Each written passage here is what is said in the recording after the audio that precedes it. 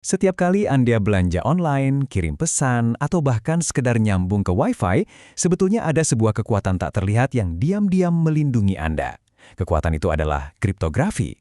Nah, di sini kita akan bongkar bareng-bareng gimana seni kuno menyembunyikan tulisan ini berevolusi jadi penjaga gerbang utama dunia digital kita. Pernah kepikiran gak sih? Pas Anda masukin nomor kartu kredit atau kirim pesan pribadi, gimana caranya informasi sepenting itu bisa aman dari jutaan mata yang berkeliaran di internet? Ini pertanyaan yang penting banget di zaman sekarang. Bayangin deh, internet itu kayak jalan raya umum yang super duper rame. Semua informasi yang Anda kirim, email, foto, detail bank, harus lewat jalanan ini. Tanpa perlindungan, ya siapa aja bisa ngintip. Nah, disinilah kriptografi berperan sebagai bodyguard pribadi super canggih buat data Anda. Oke, jadi apa sih yang sebenarnya terjadi waktu Anda klik kirim atau bayar? Data Anda itu memulai perjalanan yang berbahaya loh, melintasi banyak banget server dan kabel di seluruh dunia. Bayangin, di setiap pemberhentian bisa aja ada penguping yang siap menyadap. Tanpa perlindungan, informasi Anda itu benar-benar telanjang. Terus gimana dong cara kita melindungi data yang rentan ini? Jawabannya bukan dengan membangun tembok, tapi dengan bikin data itu jadi nggak bisa dimengerti sama sekali oleh siapapun yang nggak berhak.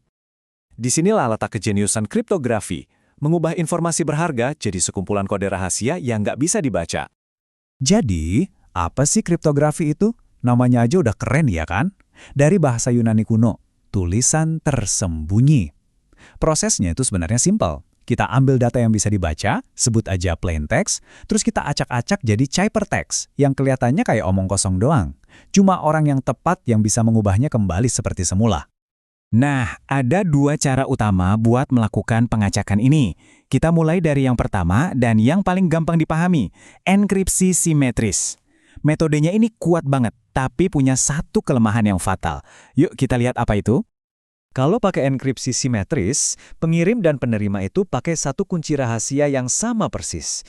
Kunci yang sama dipakai buat mengunci pesan, dan kunci yang identik itu juga yang dipakai buat membukanya. Simple dan efektif kan? Analogi paling gampangnya itu kayak buku harian yang ada gemboknya. Anda kunci catatan rahasia Anda pakai sebuah kunci. Kalau teman Anda mau baca, Anda harus kasih dia salinan kunci itu yang sama persis. Nggak ada kunci lain di dunia yang bisa buka gembok itu. Prosesnya kira-kira begini. Pesan asli dikunci pakai kunci rahasia, dan langsung berubah jadi kode acak. Di sisi penerima, kode itu dibuka lagi pakai kunci yang sama persis. Karena kuncinya cuma satu, proses ini cepat banget dan efisien. Tapi, nah disinilah masalahnya mulai kelihatan. Dan ini dia dilemanya. Pesan Anda sih udah super aman, tapi buat ngebukanya, teman Anda kan butuh kuncinya. Gimana cara Anda ngirim kunci itu dengan aman? Mau dikirim lewat internet yang nggak aman juga? Itu sama aja kayak ngirim kunci berangkas lewat pos biasa tanpa amplop. Ini masalah besar yang harus dipecahkan. Nah, buat mengatasi dilema tadi, para ahli kriptografi menemukan solusi yang jenius banget. Konsep ini benar-benar mengubah total permainan keamanan digital selamanya. Gini konsepnya, alih-alih satu kunci, Anda sekarang punya sepasang kunci yang terhubung secara matematis. Satu adalah kunci publik yang boleh Anda sebarin ke semua orang, kayak alamat email gitu. Satunya lagi adalah kunci privat yang harus Anda simpan rapat-rapat, jangan sampai ada yang tahu. Aturannya begini, apapun yang dikunci pakai kunci publik Anda hanya bisa dibuka pakai kunci privat Anda. Nah, ini dia analogi yang paling pas. Anggap aja, kunci publik Anda itu kayak lubang surat di depan rumah. Siapapun boleh masukin surat lewat situ. Tapi, cuma Anda dan hanya Anda yang punya kunci privat buat buka kotak suratnya dan baca isinya. Jenius kan? Jadi, teman Anda bisa pakai kunci publik Anda buat mengunci pesannya. Sekarang, pesan itu terkunci rapat. Dan satu-satunya benda di seluruh alam semesta yang bisa membukanya adalah kunci privat Anda yang nggak pernah Anda kasih ke siapa-siapa. Dengan begini, masalah bagi-bagi kunci yang berbahaya tadi langsung beres. Jadi, kita punya dua pilihan nih. Simetris, super ngebut, kayak mobil balap, tapi beresiko pas harus bagi-bagi kunci. Asimetris, lebih lambat, kayak kendaraan lapis baja, tapi keamanannya luar biasa. Kenyataannya, internet modern itu pinter. Dia pakai keduanya. Asimetris dipakai di awal buat tukeran kunci rahasia dengan aman, terus setelah itu mereka pakai simetris buat komunikasi super cepat. Oke, ini semua bukan cuma teori yang ribet loh.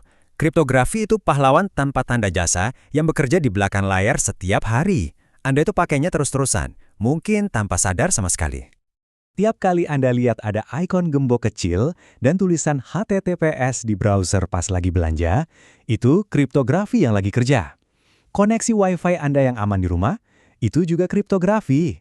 Aplikasi chatting yang katanya pesannya terenkripsi dari ujung ke ujung, itu semua berkat prinsip-prinsip yang baru aja kita bahas. Di dunianya enkripsi simetris, juaranya saat ini dikenal sebagai AES. Ini tuh standar emasnya, dipakai oleh pemerintah, bank di seluruh dunia buat melindungi data paling sensitif. Kekuatannya udah terbukti dan efisien banget. Sementara itu, di kubu asimetris, salah satu jagoan terbesarnya adalah RSA. Namanya diambil dari 3 penemunya, Rivest, Shamir, dan Edelman. RSA inilah yang jadi tulang punggung keamanan yang bikin kita bisa percaya sama ikon gembok di browser pas kita lagi belanja online. Nah, kekuatan enkripsi yang luar biasa ini akhirnya membawa kita ke sebuah perdebatan besar.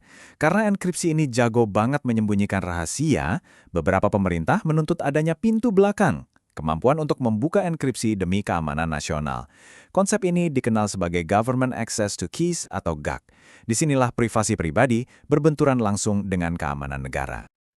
Jadi disinilah inti masalahnya. Kriptografi itu ibarat pedang bermata dua. Dia melindungi kita dari penjahat, tapi bisa juga melindungi penjahat dari penegak hukum. Ini meninggalkan kita dengan satu pertanyaan besar. Haruskah ada semacam kunci master untuk semua enkripsi? Dan kalaupun ada, siapa yang seharusnya memegang kunci itu?